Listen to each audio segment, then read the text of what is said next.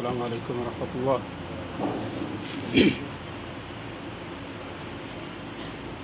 الله أكبر. الله أكبر. الله أكبر. أشهد أن لا إله إلا الله. أشهد أن لا إله إلا الله. أشهد أن محمدا رسول الله.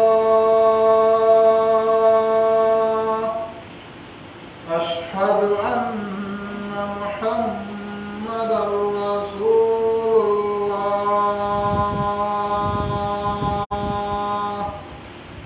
حي على الصلاة.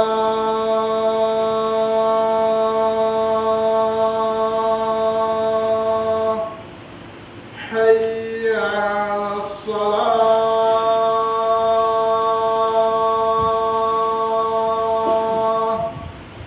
حي على الفلاح.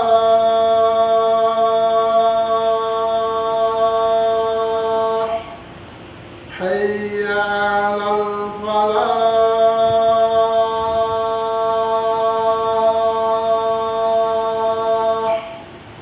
الله أكبر. الله أكبر. لا إله إلا الله.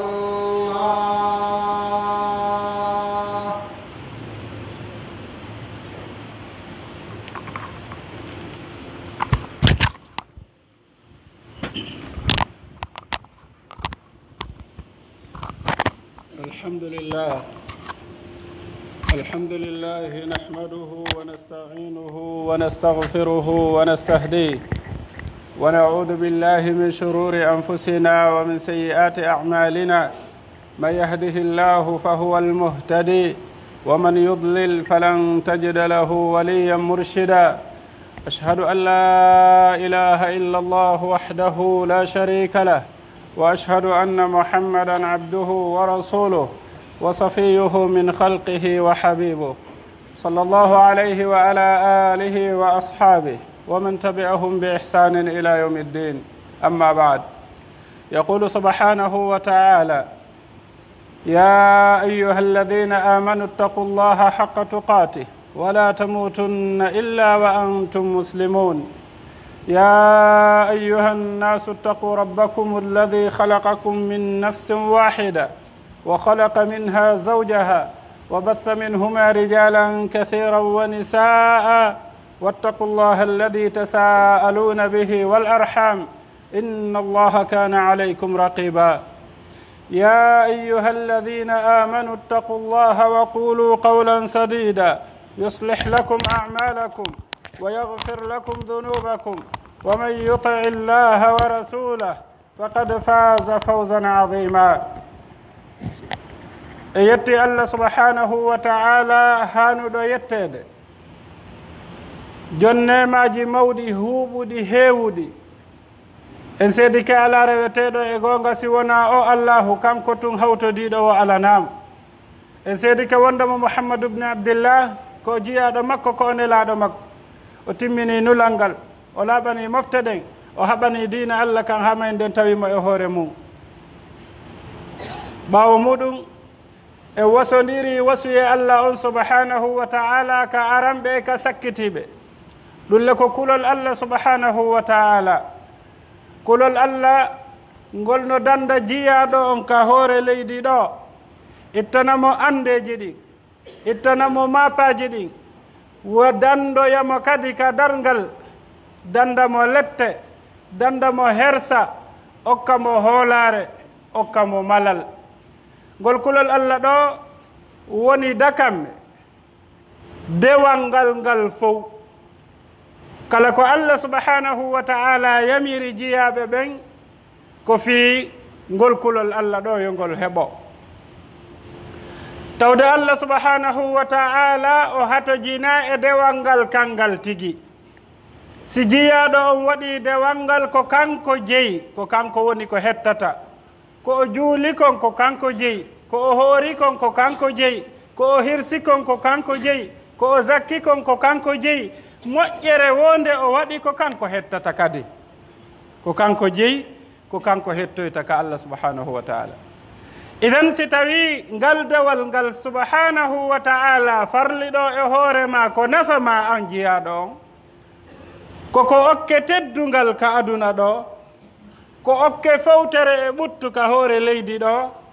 ko okke ɓuttu ɓernde ko tawata kon ko ɗum woni sibas ma ko ɗum woni ngorodi ko wiyete ko gurdam welɗam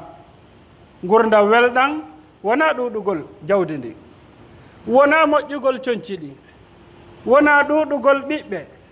wona ɗuɗugol sonnaɓe ko heɓugol ɓuttu ɓernde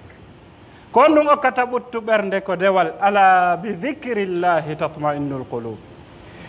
idan mana ko ɗaɓete kon fof kaka dewal ɗo woni nafaji ɗin fof ko an jiyaɗo o woni heɓude honto geɓal Allah ngal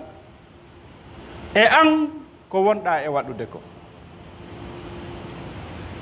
geɓal Allah ngal ko fiiji ɗiɗi etoɗa haaɗi heɓo geɓal aranal ngal ko ya yiɗu Allah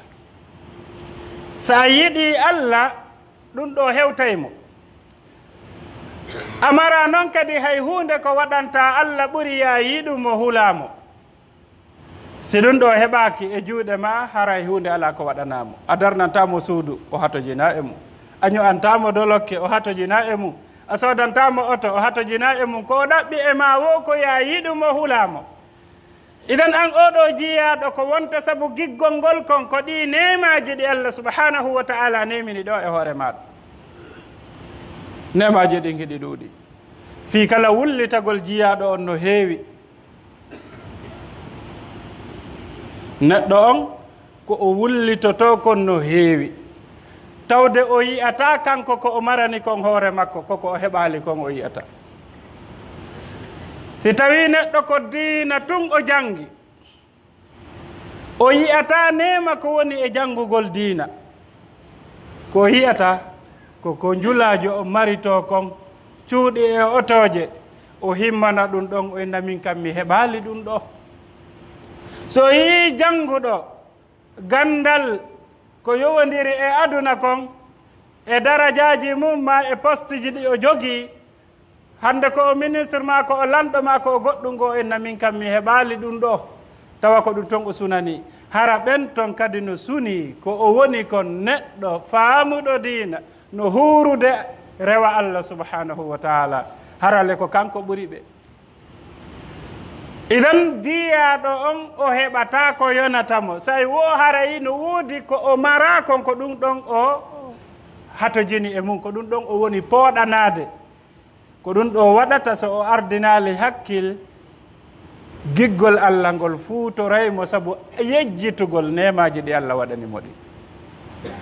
ko fi nema noddey faade e yiɗugol jon nema on ahsin ila nnasi tastabid qulubahum fa talama stabada al insana ihsanu moƴƴo yimɓe ɓen a maccinɗinay ɓerɗe maɓɓe ɗen heewi ko moƴƴere maccinɗini neɗɗo si tawi moƴƴere wotere maccinɗini neɗɗo ko moƴƴereji jelu woni ko Allah subhanahu wa ta'ala waɗani ina wawi ɗi limmude e wata ɗi limmude e wata indude ittiri majji kalimore se jettinema goto kadi ka mawnugol nemaji ɗin en andata ittiri mawnugol nema on si tawi woni hiɗa wiide amara hay hunde hiɗa selli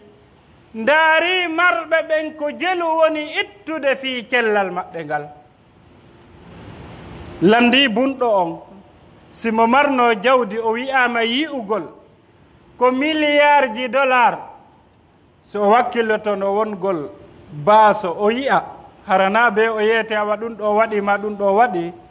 ka o jogoto ɗon jawdi makko ndin o wona bunɗo simo marno ɗin o ittayno ɗi fiyo yi'u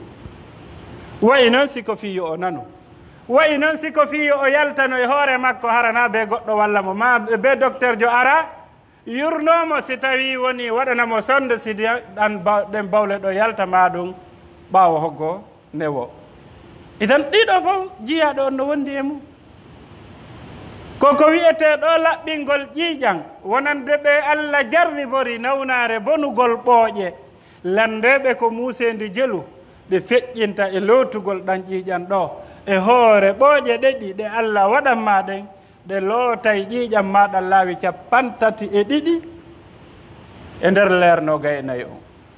si ɗe boni ko laabi ɗiɗi ɓe wawete lootande e nder yontere nden e hoore muusendi e itto jawdi an ko jelu wonɗa ittude ɗum no waɗde ka nder ɓanndu ma a annda so en ndaari nafa jope so en ndaari nafa ɓernde nafa tetekki ɗiɗi wonɗen e wattanta yili e mum ɗo e ko wona ɗum ɗo ko hay leeɓi wonɗi ɗin ka kinal ma wonɗi ɗin ka noppi ma ko nanditata e mum ko nemaji jelu an wonduɗa e mum ɗiɗo fof nemaji ɗi hollete geɓe ɗiɗi geɓal aranal ngal mawnugol waɗanɗoma ɗi on mawnugol Allah subhanahu wa ta'ala waɗanɗoma ɗi on onon ɗo fof hiɗon nande hito ngo hito ɗo ko honɗum e honɗum woni tappodirde waɗi hito si a feeri nde dande ɗo ko tewu yiyata honto hito ngo woni yaltude ko honɗum e honɗum tappodiri waɗi hito ko honɗum waɗi jom hito ngol sino faala o urkine ma o sewna ma o labina ma o kanina ko honto ɗum woni iwde ɗum ɗo fof hollete mangu e mbawdi waɗanɗoma ɗum ɗo o si ngo hito ɗo jaɓama tawa ko ya eɓɓu mijiti ko muusendi jelu marɗa fi sifanagol mo fewtodirɗa on e mum ko faalaɗa kon ka nder ɓernde ma a eɓɓay haron ka tawa o famali yilta horne o inna ko hunde kaari inna na ɗum ettoɗa haron ka ta siko konngol ngol nun ko konngol gotol hay o faami kon ɗum faalaɗa jiya ɗo Allah ɗi nemaji ɗo ɗi yona ko yiɗira waɗanɗoma ɗi on simo faalano o jattay so jatti ala waɗowo harana nemaji ɗi enen ɗi jantotoɗen ɗi ñande o nema heɓugol suudu ka hoɗa fi kala woɓɓe no jarriborede lancanede an hiɗa ka suudu ma hiɗa wullitade woɓɓe no ka kene hande ɓe mara suudu ɓe mara pilafon si wona kammu Allah ngu ɓe mara ko weƴƴite sina leydi Allah ndin ko ɗum ɗo ɓe jarribora ñande go o noon hari kamɓe kadi hiɓe mari idan ɓe jarriborama ɗum ɗo an marɗo suudu on ko honɗum waɗanɗa Allah ko yettirta Allah ka an suudu ma ndu hiɗa mari idan ara jiyaɗo hiɗa hani taskade ɗi nemaji ɗo ko ɗi nemaji ɗo andintinte mawnugol o Allahu taguɗoma ɗo ko ɗiɗo kadi duñete faade a yiɗumo ko fiisimo faalano o jaɓitay ɓe lancanaɓe cuuɗi ɗo wona bonnere nde ɓe bonni ndi an a ala bonnude waɗi coñci maɓɓe mana hande ɓe tawi coñci maɓɓe ɗin no waali ka yaasi maadiji ɗi fof wonti condi kako gonɗum ɓe bonni ko an a bonnali la ko jarrabuye mo tawata andintinte wondema hay hunde ko arata ka hoore leydi ɗo ko duumoto ala keɓal duumotako cellal duumotako yo Allah dandu en angal duumagol peewal ko ɗum waɗi nelaaɗo sallllahu alayhi wa sallam so woɓe torotono Allah ɓe maka Allah an yiltidirowo ɓerɗe ɗen on tabinti min ɓernde anden e hoore kulol maɗa e hoore ɗoftagol maɗa ko fi ɗum ɗo kadi liddey ko jelo anduɗen feewunoɓe ɓe jarribore piɓle bonɗe nden finde ɗon ittamo ka hoore peewal naɓa mo faade e geddi o maya e hoore mum o yaha ka yeeti ko jelo toriɗo yaltugol ndi leydi ɗo o yalta ka leydi ga o yaltiroya noon kadi ka diina o perda peewal ngal few no heewi idan ɓay ɗiɗo fof ko liddeyɗi wa tilka al ayyamu nudawiluha bayna annas beru nema mo Allah waɗanma on eto yettiramo Allah eto ɗaɓɓiramo peewal ɗaɓɓiramo dewal ɗaɓɓiramo aljanna ɗo e o sortade e juuɗe ma o yaha ko fi ñande goo o yahay si nema on yahali a jonnema on a yahay ko jelo maayi acci étage di mum no dari no mobla ha no moƴƴi no labina no waɗana ndiyam no waɗana courant sonnaɓe ɓe o jombunoɓen ha joni hiɓe laba hiɓe ɗon ɓiɓɓe ɓen ha joni hiɓe yeɗɗi hiɓe ɗon jawdi ndin ha joni hindi ɗon kono kanko o yahi tawa hay hunde e ko o mari ɗo yiltatamo idan ko goo an jon nema o yaha ma nema o yaha acce kono be lidda cellal ngal liddiray nawnare maral ngal liddiray basal wayi noon ko lutti kon jeyaɗo Allah ɗi nemaji ɗi Allah waɗanma ɗo ɗaɓɓirɗi aljanna ɗo e lawade wabtaghi fima ataka Allahu dar al akhira wala tansa nasibaka min ad-dunya wa ahsin kama ahsana Allahu ilayk ɗon ɗo woni toɓɓere aranere nde hanuɗa waɗude nden hella nemaji Allah ɗin subhanahu wa ta'ala ko ya yiiɗu jonnema o si a yiɗimo hulamo ko wiyete hulugol mo ko waɗugol ko o yamiri kon acca ko o haɗi kon aqulu ma tasma'un wa astaghfirullah li wa lakum fastaghfiruhu innahu huwal ghafurur rahim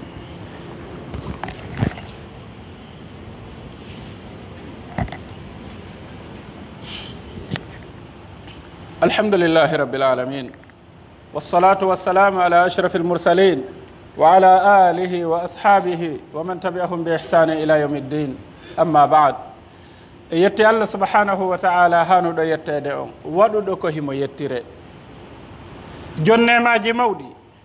nemaji huɓuɗi nemaji heewuɗi en torikemo kanko Allah subhanahu wa ta'ala yiltidirowo ɓerɗe ɗen on yo tabintin ɓerɗe men ɗen e hoore ɗoftagol mo kanko Allah subhanahu wa ta'ala jiyaɓe Allah subhanahu wa ta'ala ko wona e gollede kon fof himo suti himo andi hay hunde ko feƴƴata hara o anda fi mum ala ko ɗum wi'imo Allah ko waɗimo reweteɗo ko tawde no woodi ko o humpiti ko tawata hay goto humpitaki fi ɗum ko mawnuɗo fi mum yaajuɗo gandal mo tawata o wedditotako o woodano hay hunde ala ko wooda kon fof yahay acca himo wooda o laamino hay goto watanamo hay goto watata kadi ha o follo si tawi ko ɗo woni allahu maɗa on no hani ka watta yili subhanahu wa ta'ala o wi en wama tasqutu min waraqatin illa ya'lamuha wala habatin fi dhulumati al-ardi wala ratbin wala yabitin illa fi kitabin mubin kakol tettotako ka hoore leggal ngol yanaka leydi si wona Allah no andi fi maggol imo andi si ko ɓendaygol si tetto ma ko keccol ngol tettoto ko hendu wifatangol ngol tetto kako leggol tappata kako bani adama tettata kanko himo andi si ngol tettike ko honto ngol yanata himo andi si ko ɗon ngol ñolata ma ko nokkugo himo andi si ngol ñoli ngol wona e ñolu fiyo honɗum fuɗu ɗon ko wulunde kako laylan tambi kako leggal himo andi wama tasqutu min waraqatin illa ya'lamuha ko leɗɗe jelu woodi ka hoore leydi e wawata andude en anda e wawata andude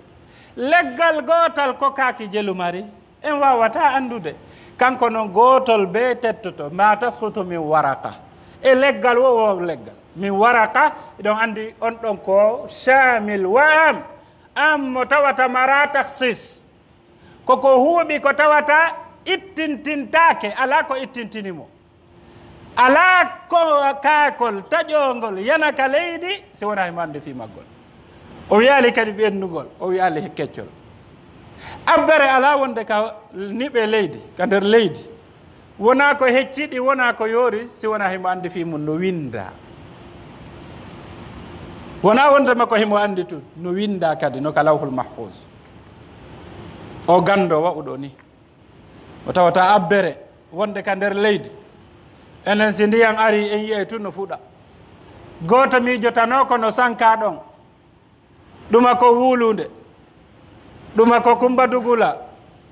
ɗuma ko huɗo façon ko anduɗon kon fof fuɗa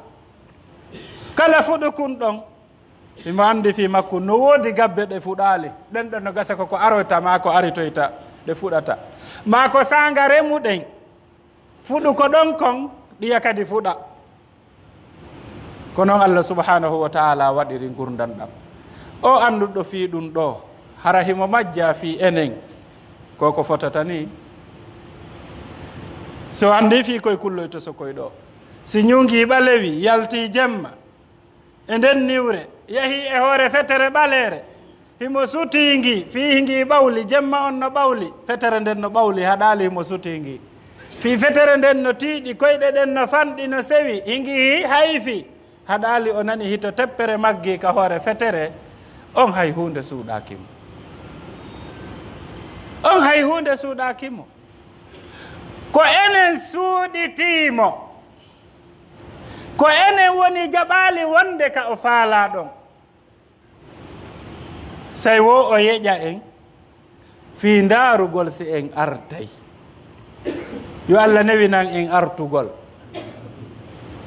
yo Allah newinan en artugol ka hoore laawol makko kanko Allah subhanahu wa taala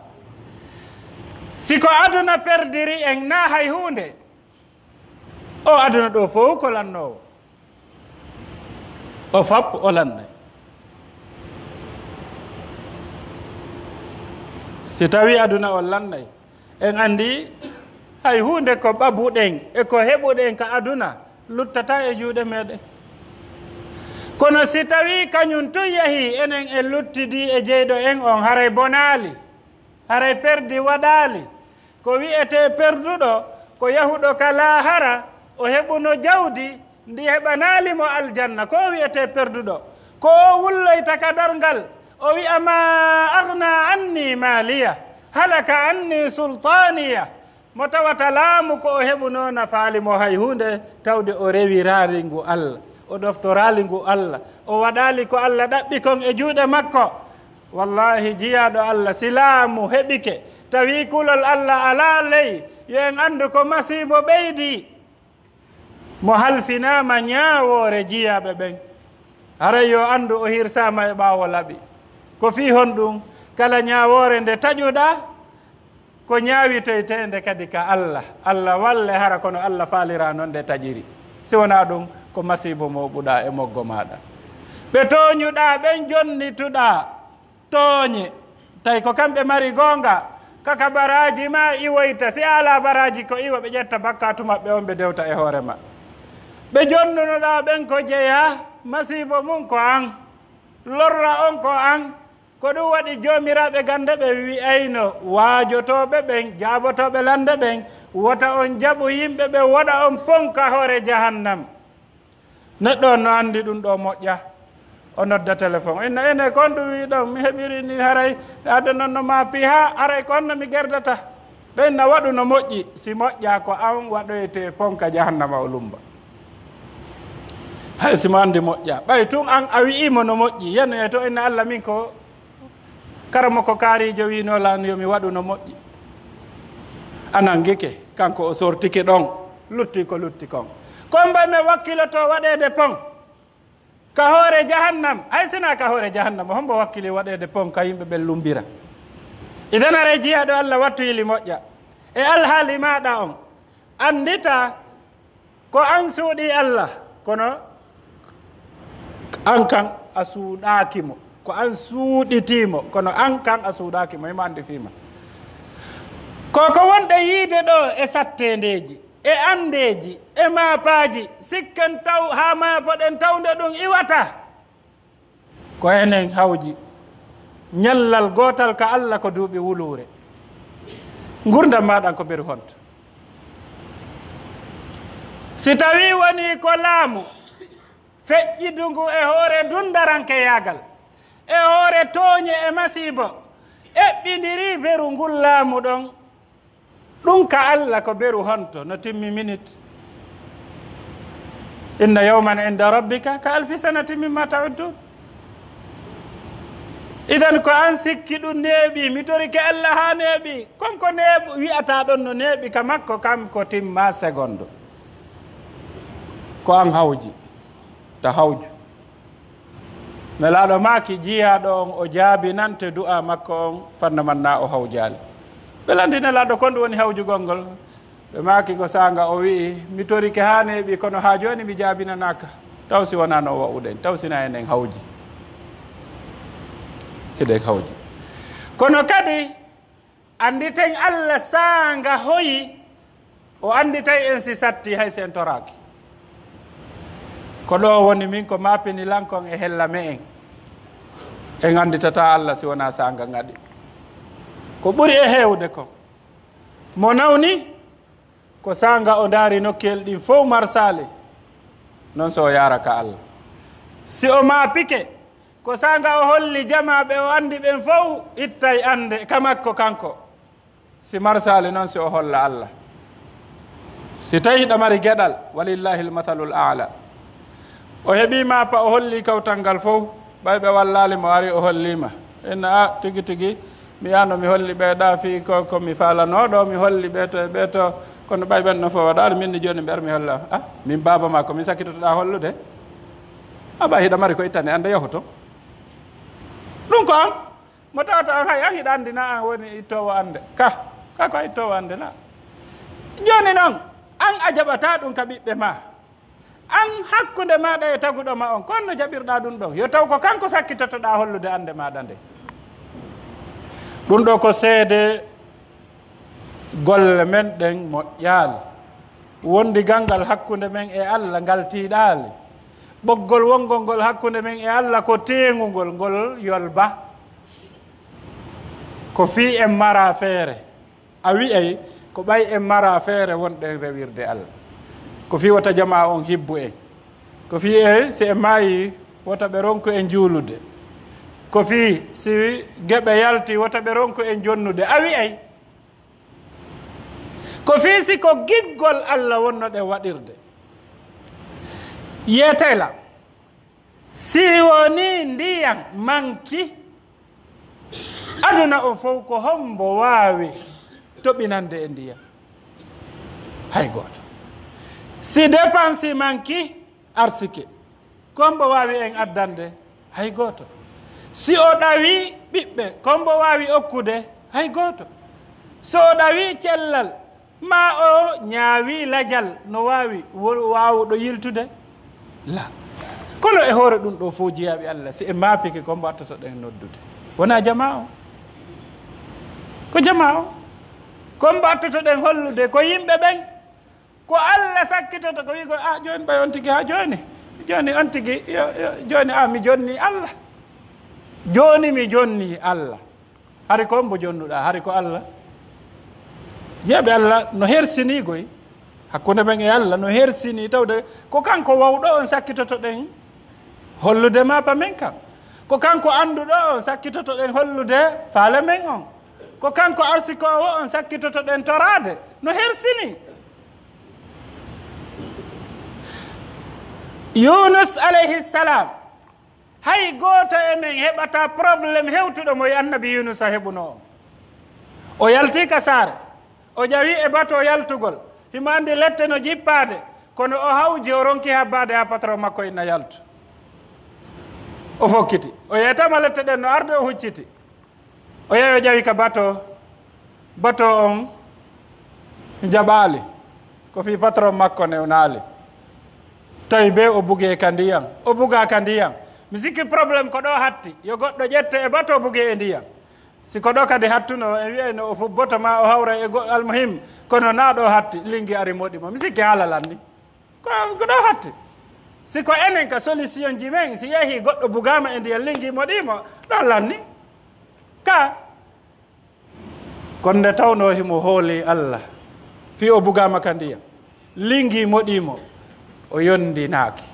fewtuno Allah o torimo o wi Allah koko heɓinmi ɗo komin tooñi la ilaha illa anta subhanaka inni kuntu min adh-dhalimin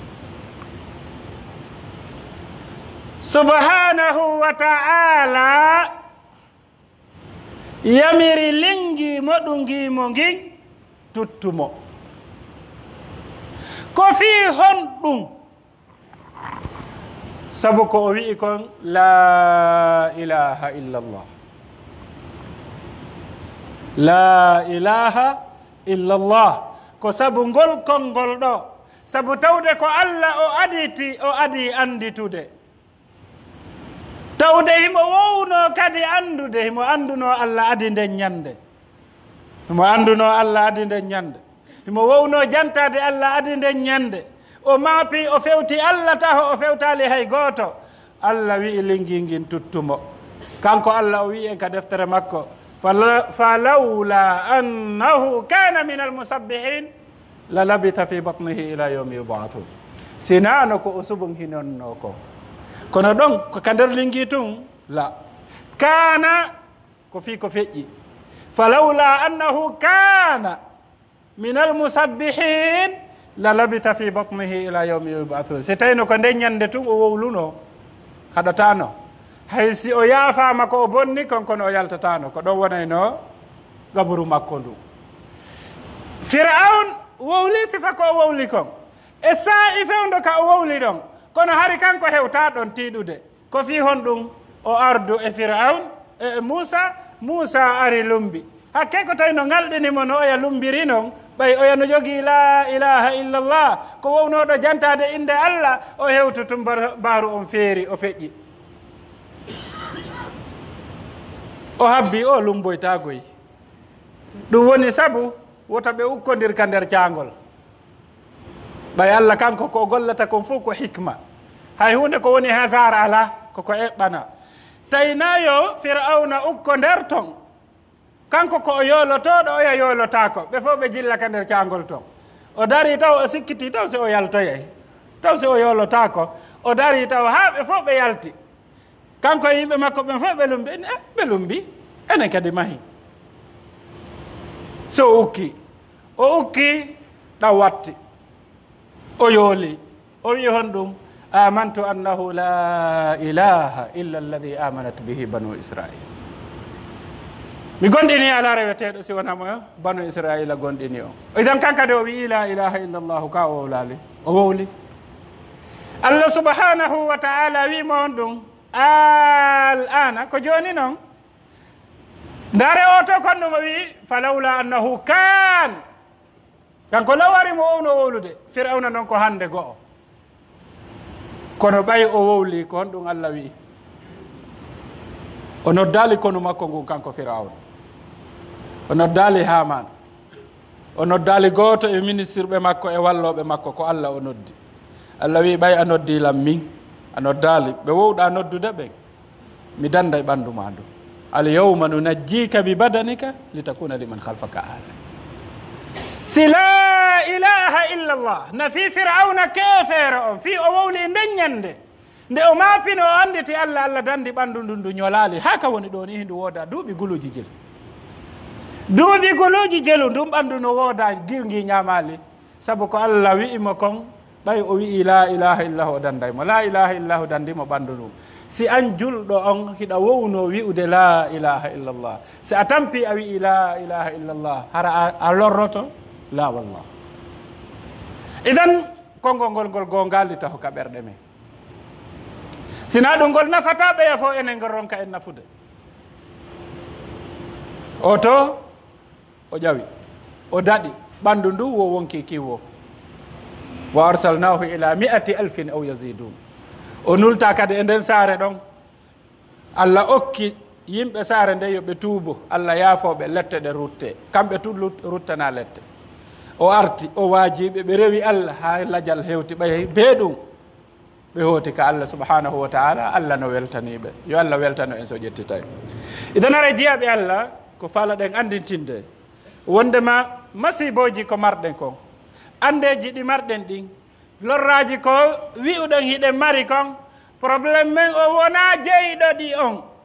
wonɗen hollude wona ittowo ɗi on wonɗe wullitade e men e mum ko ene woni tafande hoore men pehe men ɗen toujours ko bonayɗe bobo e bobo mum so o maapike ko nene ma baba o noddata ko on ɗon o andi no ittanamo ande anno mbay ko amako ba hiɗa fellitinene ittata ande baba ittata ande naafi goɗɗo goo ko honɗum haɗi nodda ittowo ande on amman yujibu lmuttarra ida da'ahu wa yakshifu su ko hombo woni nototoɗo lorriɗo si noddimo o itta lorra on kombo woni on ko Allah tum ɓe yettato ka fammere nde ɓe natuno ka fammere nde ombi konno ɓe ɓadorno Allah ko golle maɓɓe moƴƴe ɗen Allah yaltini ɓe yanoɗo waya si arti tawi bandiru taƴayno ɗate o wi rowtiro o rowtiri yaruɗa ɓere duuɓi arti tawi bandijo taƴowo ɗate latal ngal kanko o anda on heɓoyi ka wonto o anda on no sakko ɗon o wimo rowtiro o rowtiri o joɗɗini o wi mi warete o wi moodi ko safari mi yano mi neɓoyi ton ko ɗum ɗo komi mari kon fowni ƴettu jawdi andi accamin mi feƴƴa mi hewtoya ka ɓeygure am bete awa ɓe yi'ammi o wi he yeƴƴiti o yeƴƴiti o yi tulde ƴiye o wi ɓeɗo fof woluno ko woluɗa ɗo ɓe daɗali mana kanko on ko amayowo ko ɗum firi idan ɓeɗo fof ko ɗon wara ñoli ɗon ha ko ƴiye maɓɓe lutti ɗon hande idan wowlu kala ko falɗa ko amayowo o wiya waccumi juula darɗe ɗiɗi o wi siɗa faala juul o immi o habbiri hakke ko o huuli ila ka o yiwno ƴiye ɗen o andi kan kadi ko ɗo o sakki torta o huuli kono o anditi wonde mahimo mari gooto o hulata gooto o ronka hunde ko o wowɗo ko o nototoɗo noddiɗo nodduɗo o habbiri hakke ko o huuli ko on aya ɗon tun o anditi amma yujibul mutarra ida da'ahu wa yakshifu su mana hay wigol anditugol fatiha janga o anditali hakke ko o huuli o jangi on aya ɗon beru ko hakkille makko ɗe jonnimo kon o waɗi ruku o immi darde ɗimmere nden o jangi on aya o waɗi ruku o tawi ka o salminta ɗon o yi hoore no tallo o hawti o maƴi o huuli o sikki ko goɗɗo goo ari on joginoɗo gin kafa wi ɗon taƴi hoore on ɗon nden no habbimo kankadi so salmini hoore makko nden taƴi daragol makko o yi goɗɗo e hoore puccu o wi ko an woni hombo o wi ko min woni nototoɗo lorriɗo on si noddimo ko min woni nelaɗo nototoɗo on lorriɗo si noddimo mana ko nelaɗo hombo Allah subhanahu wa ta'ala ko malaikajo ari taƴi hoore winoɗo taƴay ɗon mo hoore on o ƴetti keesol makko o hewtoyi honɗum waɗi o daɗi ko dandowo on o holli mapa makko on Allah ittanimo naapa hara jiyaɗo Allah ko honɗum woni hakkunde ma e Allah ha tawa si a maapike na Allah hollata ko honɗum waɗuɗa Allah ha taƴiɗa yurmede makko nde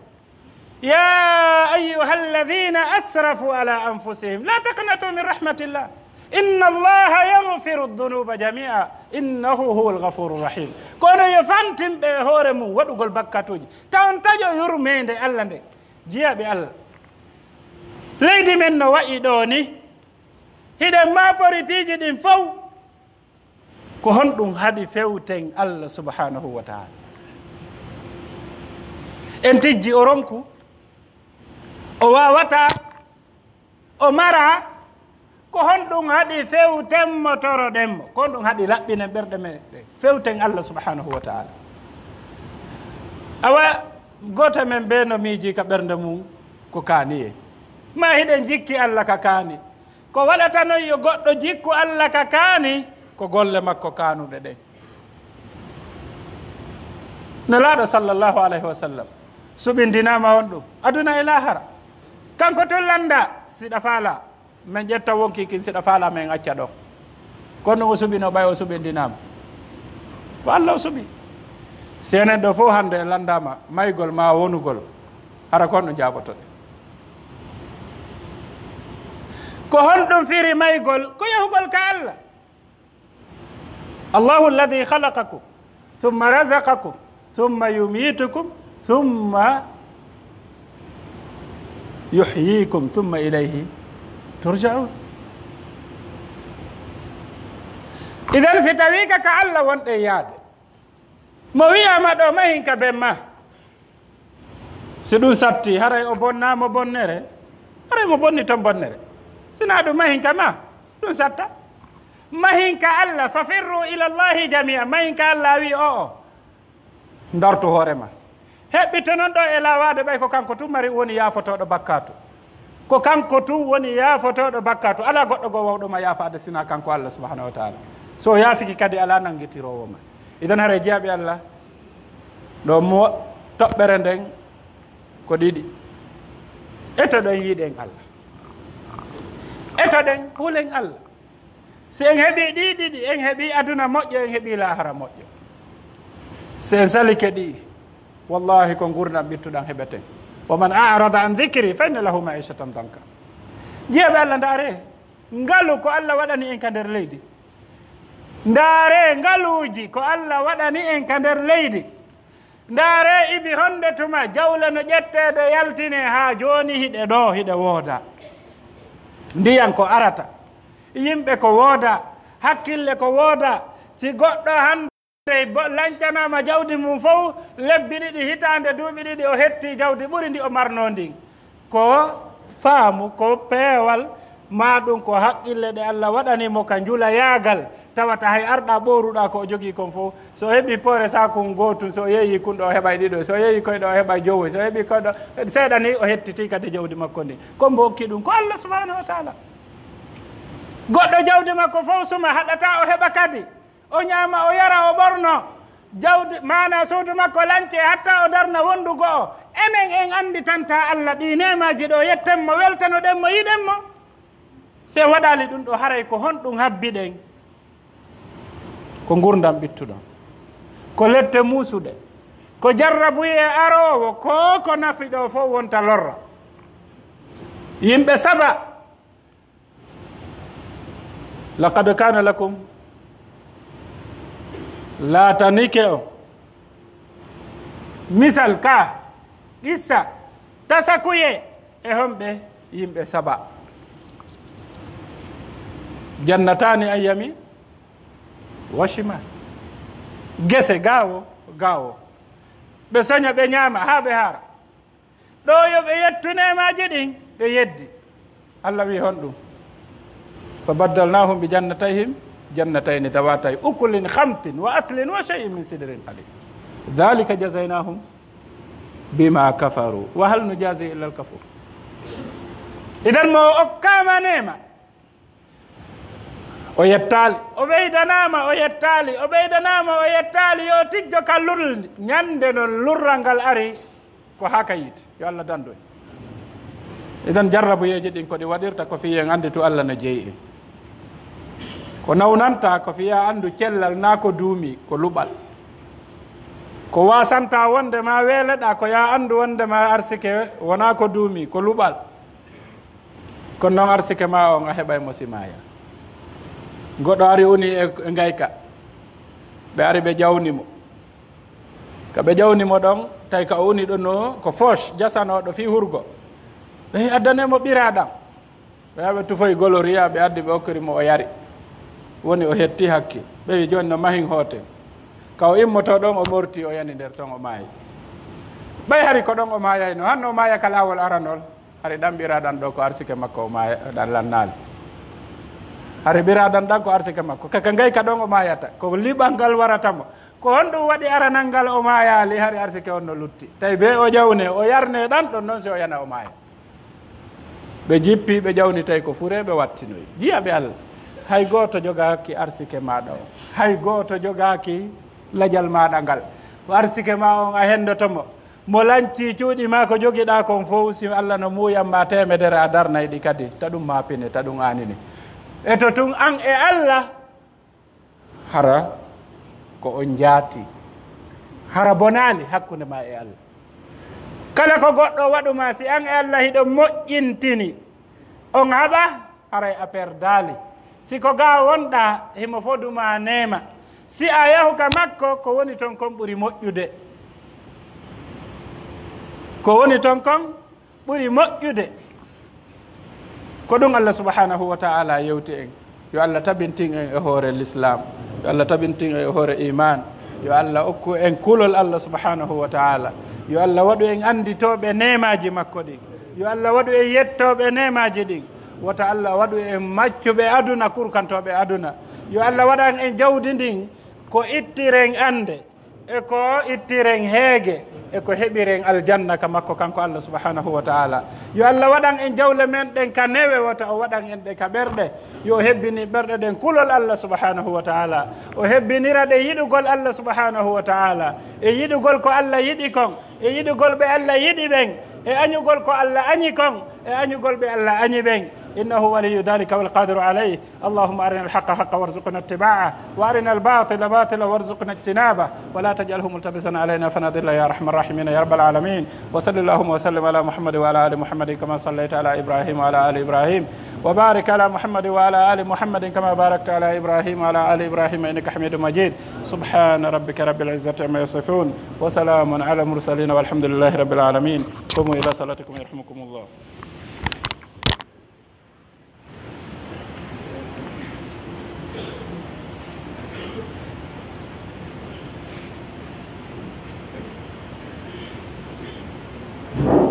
الله أكبر الله أكبر أشهد أن لا إله إلا الله وأشهد أن محمدا رسول الله.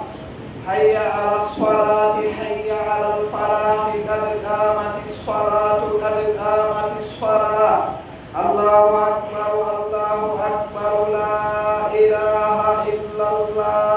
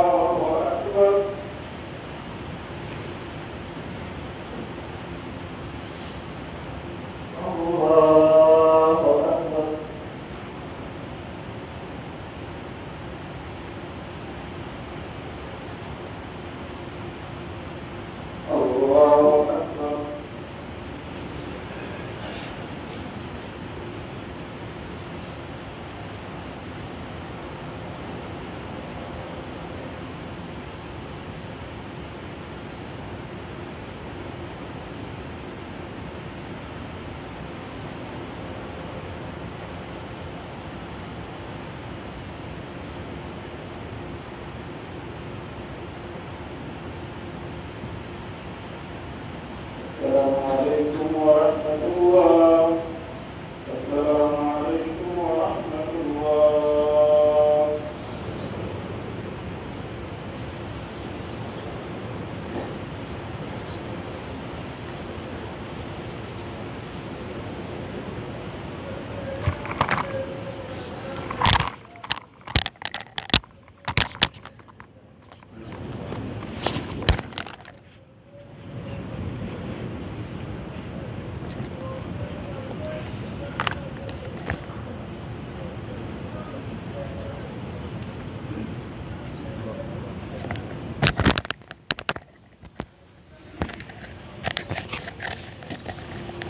Assalamualaikum warahmatullahi wabarakatuh. Masih betul be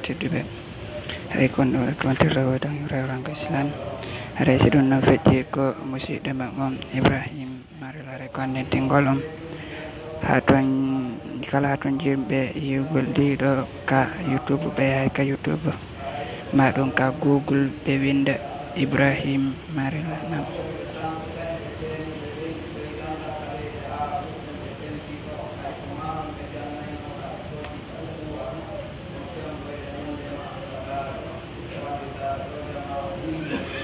Si ɗum noon feƴƴi kadi kala toon maɗum ɓe winda o numéro ɗo so ɓe wata hindugo nden 624 22 25 78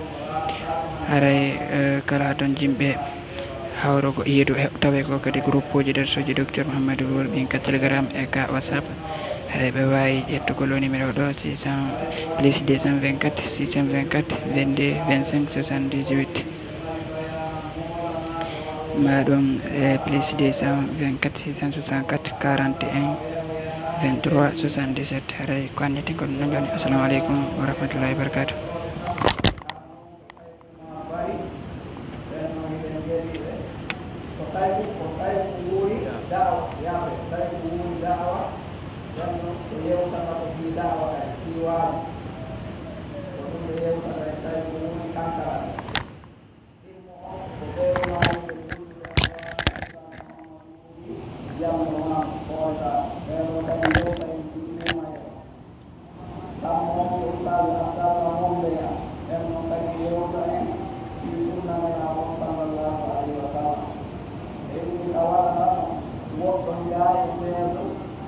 Illa